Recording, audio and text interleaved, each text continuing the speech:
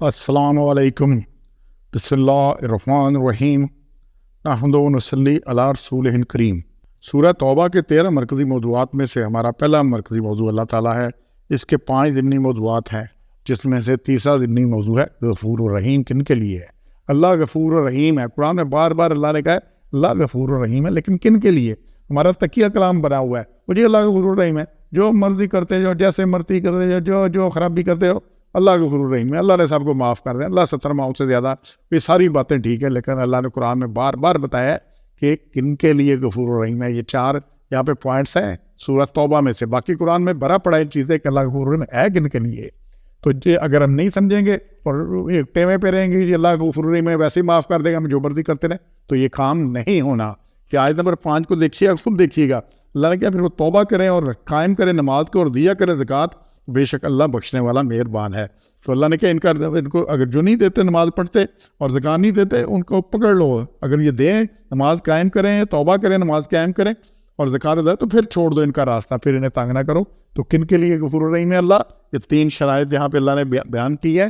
سب سے پہلے کہ توبہ کریں، غلطیوں پہ توبہ کریں اور نماز قائم کریں۔ نماز پڑھنی نہیں، قائم کرنی ہے، یہ سمجھے اس کو قائم کیسے کرنی ہے، اور زکوٰۃ ادا کرنی ہے اور کیلکولیٹ کر کے حساب سے کرنی ہے، پھر اللہ بخشنے والا مہربان ہے۔ اور یہی بات آیت نمبر 27 میں آ رہی ہے، وہاں بھی ہے کہ توبہ کے بعد جس کو چاہے اور اللہ بخشنے والا مہربان ہے، من یشاء جس کو چاہے۔ اچھا یہ بھی اللہ کی مرضی ہے، پابند نہیں ہے اللہ کہ ہم نے توبہ کیا تو قبول کر لے۔ اللہ توبہ بھی قبول ہونی ہے موت سے پہلے، موت دیکھ کے توبہ قبول نہیں ہونی۔ فرعون نے بھی مرتے وقت ایمان لے آیا تو انہوں نے کہا میں موسیٰ ہارون کے رب کو مانتا ہوں، ٹھیک ہے نا، لیکن جب پانی الگ تک آ گیا تو پھر کوئی توبہ نہیں، اللہ نے توبہ قبول نہیں کی، اور ہمیں بتایا ایسا توبہ موت سے پہلے ہے تاکہ بندہ اپنی اصلاح کرے۔ تو یہ آیت نمبر کن کے لیے یہ توبہ کرتے ہیں۔ تیسرا نقطہ جو اس صورت میں سے ہے جی، وہ آیت نمبر 99 میں سے ہے کہ سچے مومن قرب الہی اور دعائے رسول صلی اللہ علیہ وسلم کے لیے اپنے مال خرچ کرنے والے ہیں۔ تو اللہ ان کے لیے غفور الرحیم ہے جو اپنے مال خرچ کرتے ہیں، ٹھیک ہے نا، اس کے لیے، اور ڈرتے ہیں اور مان لاتے ہیں قیامت پر۔ یہ ساری چیزیں قرب الہی سے ڈرتے ہیں اسے، اور اللہ کے نزدیک ہونے کے لیے مال خرچ کرتے ہیں، تو اللہ ان کے لیے غفور الرحیم ہے۔ یہ تیسری یہاں پہ شرط آئی ہے۔ اور چوتھا جو نقطہ ہے یہاں پہ جی، مخلص مومن جو کوتاہی کا اعتراف کر کے توبہ کریں، اللہ ان کے لیے مہربان ہے۔ تو یہ 102 نمبر آیت کو دیکھیے گا۔ اور بعض لوگوں نے اقرار کیا ہے اپنے گناہوں کا اور ملا لیا انہیں ایک کام نیک اور دوسرا بند، قریب ہے کہ اللہ معاف کرے ان کو، بے شک اللہ بخشنے والا مہربان ہے۔ تو ان کو مخلص مومنین جو کہ غلطی کا اعتراف کر کے توبہ کر لیں۔ اب یہ بات سورہ غزوہ تبوک کے سلسلے میں ہے، تو غزوہ تبوک کے اوپر جو ہو گیا تھا اس کی میں تھوڑی سی تفصیل گزارش کر دوں۔ غزوہ تبوک سے آپ نے منادی کر دی نفروا خفافا وثقالا، اللہ نے کہہ دیا کہ نکلو ہلکے ہو یا بوجھل۔ تو اس میں سے جو پیچھے رہنے والے جو تھے نا، ان کے 3 طرح کے لوگ تھے۔ پہلے 80 سے زیادہ منافقین تھے جو جھوٹی مالتیں پیش کر کے رہے تھے اور قسمیں کھا کر یقین دہانی کرا رہے تھے۔ تو یہ 80 منافقین تھے جو غزوہ تبوک کے نکلے، تو انہوں نے جھوٹی قسمیں کھائی، یا بات ان کی کلیئر ہوئی۔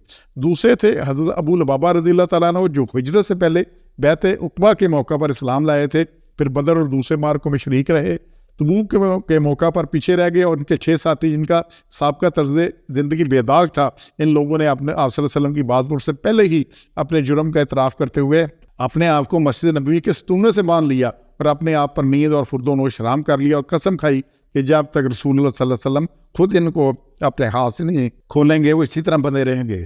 یہ لوگ بے خوراک اور بے خواب ستون سے بندے رہے، حتیٰ کہ بے ہوش ہو کر گر پڑے۔ تب یہ آیات نازل ہوئی، آپ صلی اللہ علیہ وسلم نے بلایا اور اپنے ہاتھ سے ان کی رسیاں کھولیں اور تو یہ توبہ کی بشارت دی۔ یہ دوسرا گروہ تھا۔ یہ دیکھیں اتنی سختی ہے تب اللہ غفور الرحیم ہے۔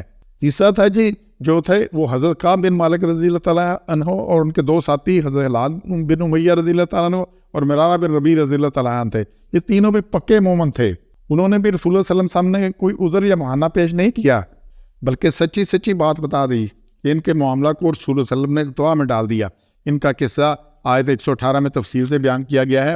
تو یہ بات یہاں پہ کلیئر ہے کہ کن کے لیے غفور الرحیم ہے؟ جنہوں نے غلطی کا اعتراف کیا اور انہوں نے خود کو پہلے جو دوسرا گروہ آپ خود کو سزا دی، تیسرے نے بھی اس پہ، اور یہ بڑی سخت آیات آئی ہیں اس میں یہاں پہ۔ تو یہ سلسلہ ہے۔ تو یہ جو ہمارا نقطۂ تقیہ کلام ہے، ٹھیک کرے اس کو، غفور الرحیم ہے، غفور الرحیم ہے، غفور الرحیم ہے، اللہ غفور الرحیم ہے۔ سورۃ طٰہٰ کی آیت 82 وَإِنِّي لَغَفَّارٌ لِمَن تَابَ وَآمَنَ وَعَمِلَ صَالِحًا ثُمَّ اهْتَدَىٰ، بے شک اللہ معاف کرنے والا، لیکن کیا ہے؟ لمن تابا، جو توبہ کرے اور پھر ایمان لائیں اور پھر تجدید کریں، پھر اس پہ قائم رہیں. 4 شرائط ہے اس کی. تو توبہ کی پہلی شرط ہے غلطی مانیں، پھر آئندہ نہ کرے، اس پہ کرنے کا اقرار کرے، پھر نہ کرے. تو ہم نے انشاءاللہ اصلاح کرنی ہے. سبحان ربک رب العزت عما یصفون، والسلام علی المرسلین، الحمد للہ رب العالمین.